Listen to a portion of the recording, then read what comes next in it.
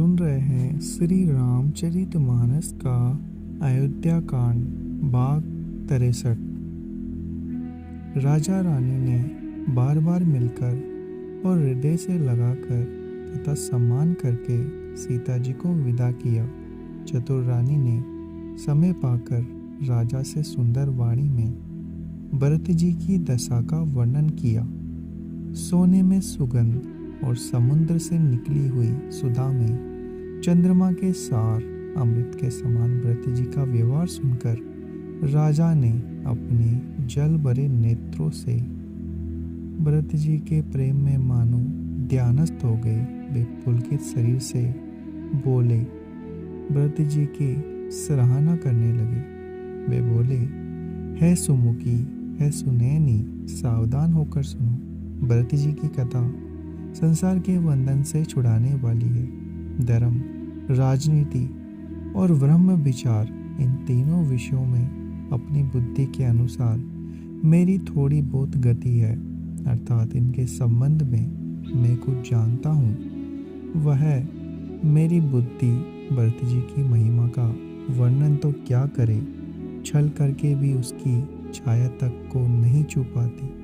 ब्रह्मा जी, गणेश जी, शेष जी, महादेव जी, सरस्वती जी, कवि, ज्ञानी, पंडित और बुद्धिमान सब किसी को भरत जी के चरित्र और कीर्ति, करनी, धर्म, शील, गुण, निर्मल ऐश्वर्य समझने में और सुनने में सुख देने वाले हैं और पवित्रता में गंगा जी का तथा स्वाद में अमृत का भी तिरस्कार करने वाले हैं।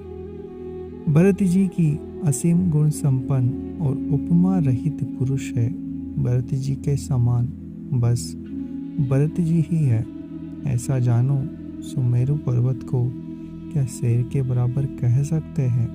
इसलिए उन्हें किसी पुरुष के साथ उपमा देने में कभी समाज की बुद्धि भी सकुचा गई है। श्रेष्ठ वर्ण वाली भरत जी की माँ महिमा का वर्णन करना सभी के लिए वैसे ही अगम्य है जैसे जल रहित पृथ्वी पर मछली का चलना है। रानी सुनो, भरत जी की अपरिमित महिमा को एक श्री रामचंद्र जी ही जानते हैं, किंतु वे भी उसका वर्णन नहीं कर सकते। इस प्रकार प्रेम पूर्वक भरत जी के प्रभाव का वर्णन करके फिर पत्नी के मन की रुचि जानकर राजा ने कहा, लक्ष्मण जी लौट जाए, भरत जी वन को जाए, इसमें सभी का भला है और यही सबके मन में है। परंतु हे देवी, भरत जी और श्री रामचंद्र जी का प्रेम और एक दूसरे पर विश्वास बुद्धि और विचार की सीमा में नहीं आ सकता। यद्यपि श्री रामचंद्र जी समता की सीमा है, तथापि भरत जी प्रेम और ममता की सीमा है।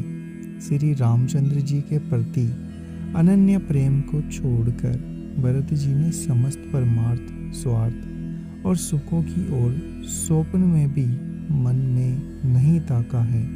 श्री राम जी के चरणों का प्रेम ही उनका साधन है और वही सिद्धि है।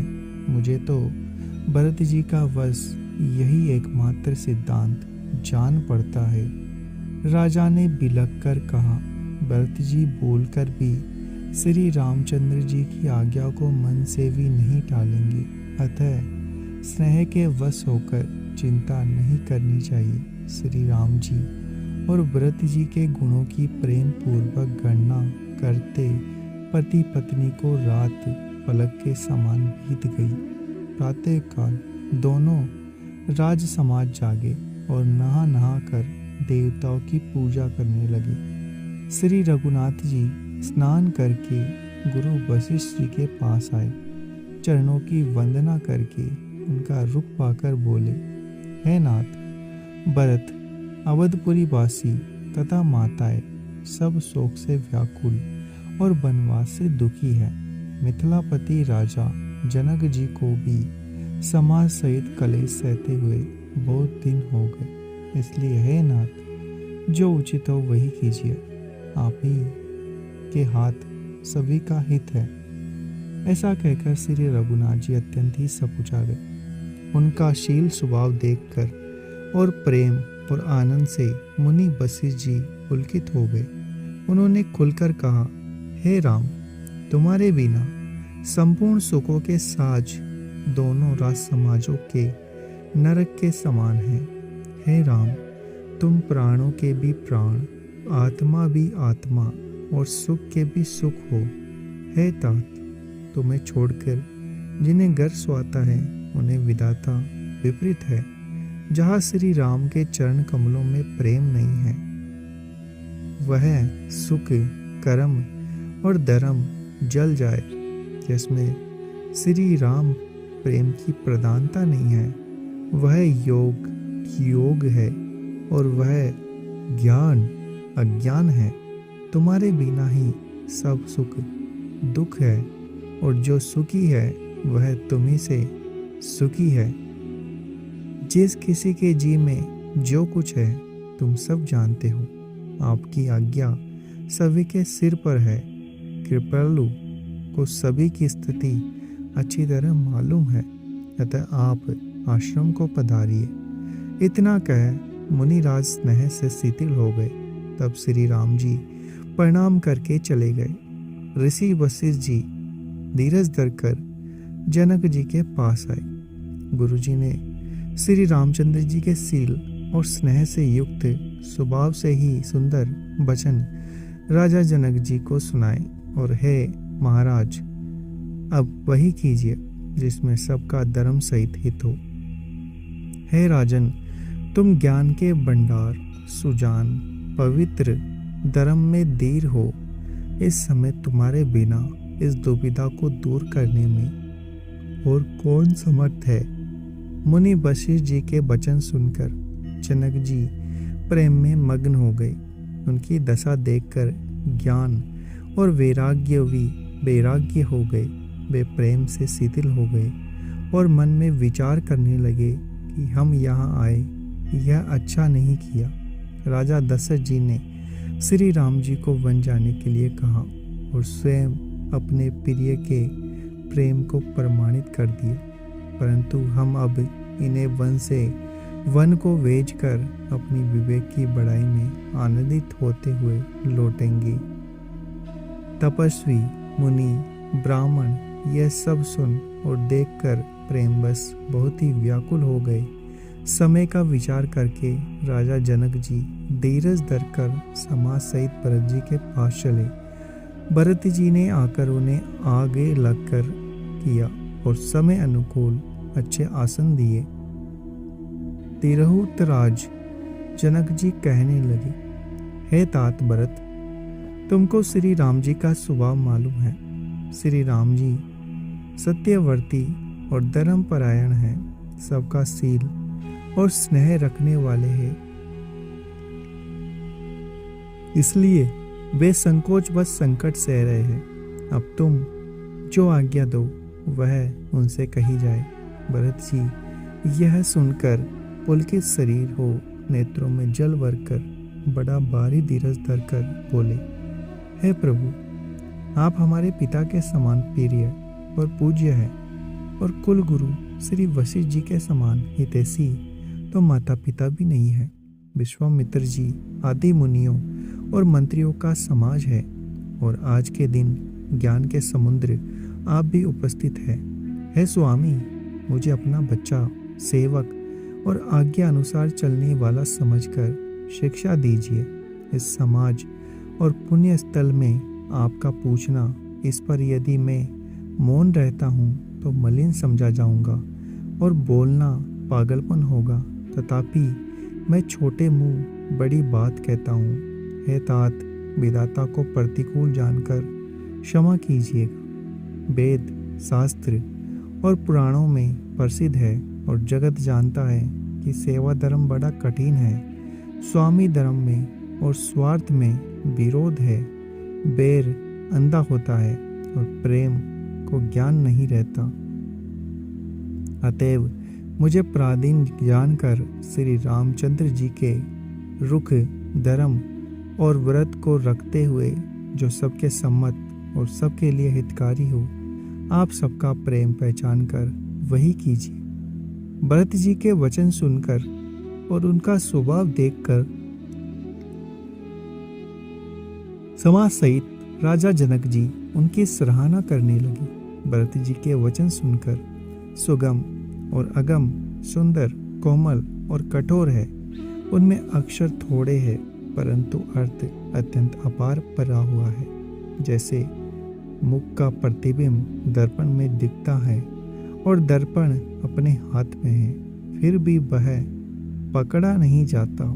इस प्रकार भरत जी यह अद्भुत वाणी भी पकड़ में नहीं आती।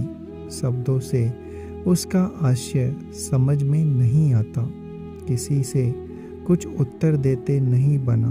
तब राजा जनक जी, भरत जी तथा मुनि वशिष्ठ जी समाज के साथ वहां गए जहां देवता रूपी कुमुदों के खिलाने वाले चंद्रमा श्री रामचंद्र जी थे।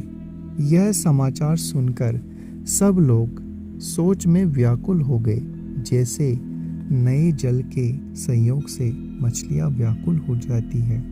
देवताओं ने पहले कुलगुरु वशिष्ठ जी की दशा देखी, फिर विदेह जी की विशेष स्नेह को देखा और तब श्री राम भक्ति से ओतप्रोत भरत जी को देखा। इन सब को देखकर स्वार्थी देवता घबरा कर हृदय में हार मान गए। उन्होंने सब किसी को श्री राम प्रेम में सराबोर देखा।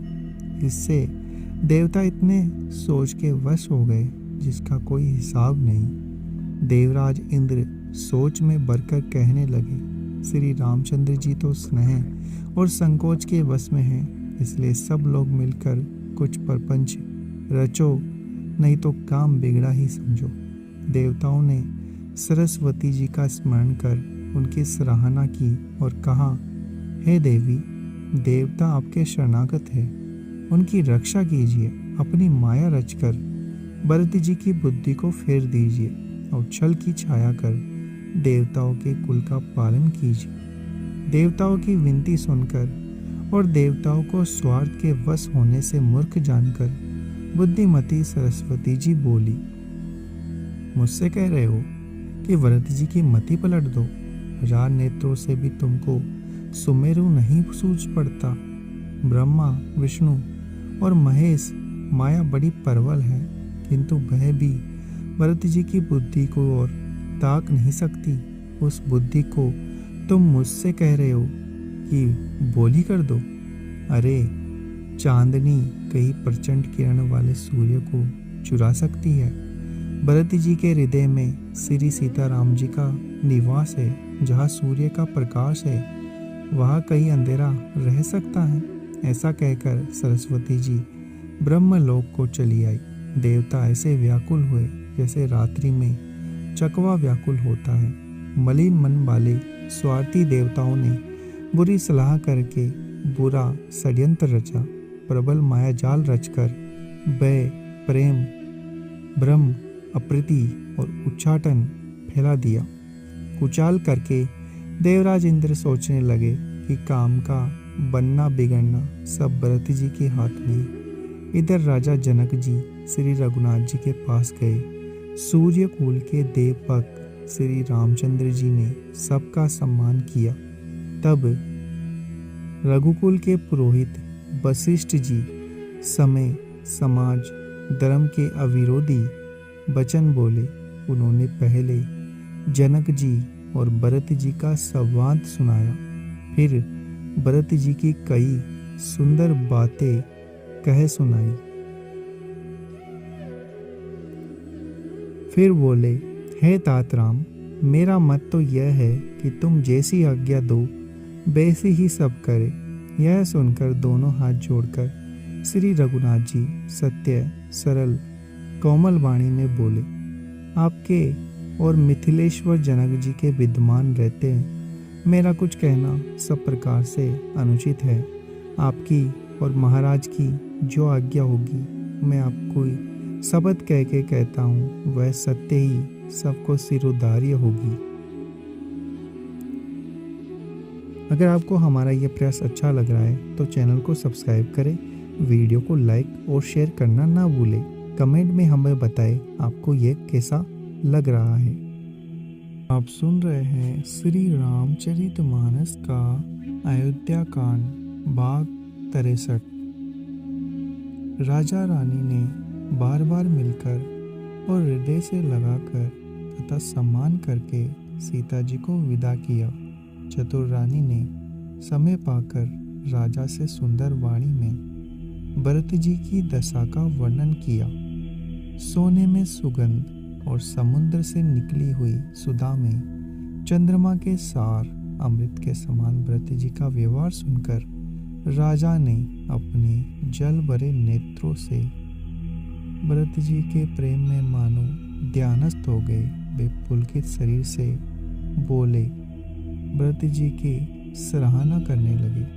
वे बोले, है सुमुखी, है सुनैनी, सावधान होकर सुनो। भरत जी की कथा संसार के बंधन से छुड़ाने वाली है। धर्म, राजनीति और ब्रह्म विचार, इन तीनों विषयों में अपनी बुद्धि के अनुसार मेरी थोड़ी बहुत गति है, अर्थात इनके संबंध में मैं कुछ जानता हूँ। वह मेरी बुद्धि भरत जी की महिमा का वर्णन तो क्या करे, छल करके भी उसकी छाया तक को नहीं छू पाती। ब्रह्मा जी, गणेश जी, शेष जी, महादेव जी, सरस्वती जी, कवि, ज्ञानी, पंडित और बुद्धिमान सब किसी को भरत जी के चरित्र और कीर्ति, करनी, धर्म, शील, गुण, निर्मल ऐश्वर्य समझने में और सुनने में सुख देने वाले हैं और पवित्रता में गंगा जी का